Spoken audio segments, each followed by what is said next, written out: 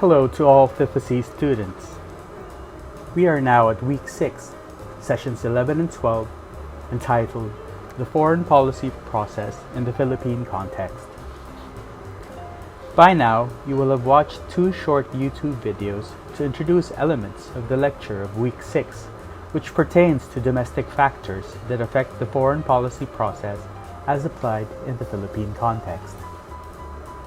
The first video, of roughly 20 minutes, entitled simply The Philippines by the Geography Now channel, will have demonstrated to you through the use of some nifty graphics the Philippines' geographical features, such as its size, location, administrative divisions, economic elements, such as basic natural resources, industries, and human and cultural elements, such as race, languages, religions, population, famous sites, and some bits of history. The second video, 12 minutes, is the Philippines Economic Report, What are the Economic Problems in the Philippines?, which is produced by the Atlantis Report. It is intended to give a fuller snapshot as of January 2020 of the defining characteristics of the Philippine economy before the current COVID-19 crisis. As you have noticed, it takes a mixed tone, first building up the country based on projections that it will be the 5th largest economy in Asia and 16th most prominent in the world by 2050, but later on criticizing the shortcomings of the Philippines. These materials will be followed in sequence by this Canva presentation, which is intended to not only put in the right order the modules you are expected to go through this week, to get an overall picture of the different factors affecting the foreign policy process in the Philippine context, but also to fill in some gaps about the country's government or political system, and to give you a preview of the materials you'll be reviewing after this presentation. By the end of Week 6, it is expected that you will have 1. Improved your knowledge of the factors and elements which influence Philippine foreign policy, and accordingly develop your skills in analyzing and evaluating the subjects and its end results. 2. Develop your ability and skill to evaluate and analyze how Philippine foreign policy enables the Philippine government to respond to and cope with the challenges of a globalized world. And 3. You will have formed a better insight into the importance of Philippine foreign policy as a domestic security tool of the state and the Philippine nation in light of the formulation and implementation of the pillars of Philippine foreign policy and its continued relevance to the global challenges of the times. Now let's go to the main topic. Just to fill in the gaps, let us discuss the current political system, the Fifth Republic. If you remember in Week 4, we ended the historical narrative at the end of the Fourth Republic with the departure of President Ferdinand Marcos resulting from the February Revolution. Under the Corazon Aquino government, the Philippines adopted a new constitution in February 1987 to replace Marcos's 1973 constitution. While progress was made in revitalizing democratic institutions and respect for civil liberties, Aquino's administration was also viewed as weak and fractious, and a returned full political stability and economic development was hampered by several attempted coups d'état staged by disaffected members of the Philippine military. Aquino privatized many of the public utilities, such as water and electricity, and this practice was viewed by many as Aquino catering to oligarchic as well as U.S. interests, thus losing the government's power of regulation. The new 1987 Constitution put in provisions not only to follow an independent foreign policy, as mentioned in Week 2, but also to prohibit the establishment of foreign bases in the country. This resulted in perhaps one of the most outstanding acts of courage and independence demonstrated by Filipino lawmakers in history. On 16th of September 1991, despite lobbying by President Aquino, the Philippine Senate rejected a treaty that would have allowed a 10-year extension of the U.S. military bases in the country. Coupled with the destruction wrought by the eruption of Mount Pinatubo, the US had no choice but to turn over Clark Air Base in Pampanga and Subic Bay Naval Base in Zambales in November and December 1992 respectively, thus ending almost a century of US military presence in the Philippines. Another legacy of the 1987 Constitution is the system of government. The Philippines has a democratic government in the form of a constitutional republic with a presidential system. It is governed as a unitary state, with the exception of the Bangsamoro Autonomous Region in Muslim Mindanao, or BARM, although there has been several steps towards decentralization within this unitary framework. There also have been a number of attempts to change the government to a federal, unicameral, or parliamentary government since the Ramos administration. There is a significant amount of corruption in the Philippines, which some historians attribute to the system of governance put in place during the Spanish colonial period. The president functions as both head of state and head of government, and is also the commander-in-chief of the armed forces. The president is elected by popular vote for a single 6-year term, during which he or she appoints and presides over the cabinet. As you know, the president and the vice president are elected separately in the Philippines, and it often happens that the two are from different political parties. In addition, the president proposes a national budget, which Congress may adopt in full with amendments or a complete revision altogether. The president wields considerable political power and may be able to influence other branches via the so-called padrino system. The padrino system is a value system where one gains favor, promotion, or political appointment through family affiliation, or nepotism, or friendship, or cronyism, as opposed to merit.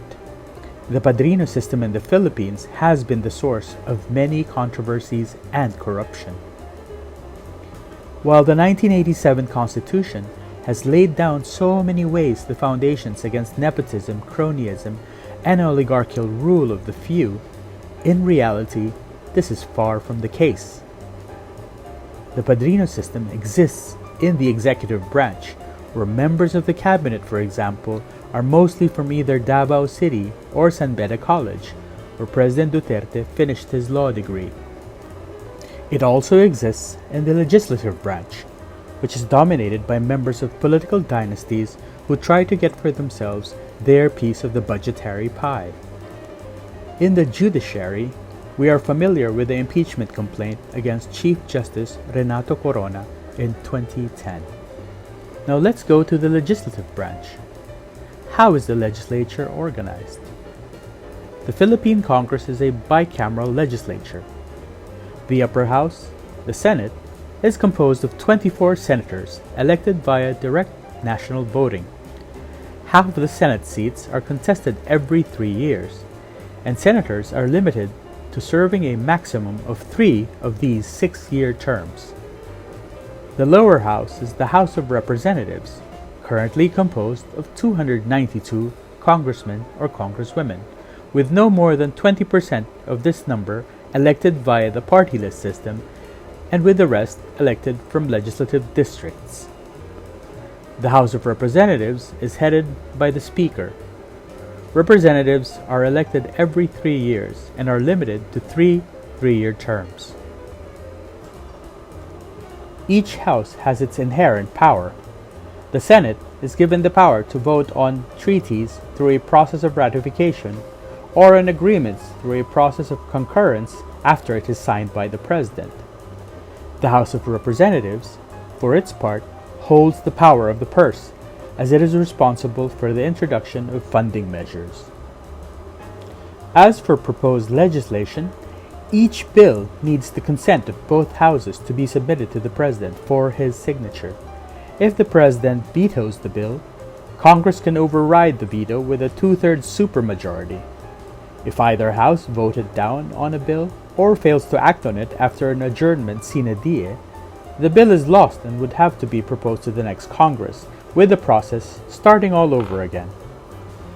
The Congress's decisions are mostly via majority vote, except for voting on constitutional amendments and other matters. Currently, there is a multi-party system that has seen different parties alternate in power every 6 years. However, due to a weak political party system, politicians often switch parties to the party of the sitting president, which controls the House of Representatives. The Senate, however, is more independent. Now let's go to the judicial branch. The Supreme Court is the highest court of the land, comprising a Chief Justice as its presiding officer and 14 associate justices. The Supreme Court is the court of last resort and decides on the constitutionality of laws via judicial review. The President selects justices and judges from nominees given by the Judicial and Bar Council. The Court of Appeals is the second highest appellate court, while the Court of Tax Appeals rules on tax matters. There is also the Sandigang Bayan, or People's Advocate, which is a special court for alleged government irregularities. The Regional Trial Courts, or RTC, are the main trial courts. The regional trial courts are based on judicial regions, which almost correspond to the administrative regions.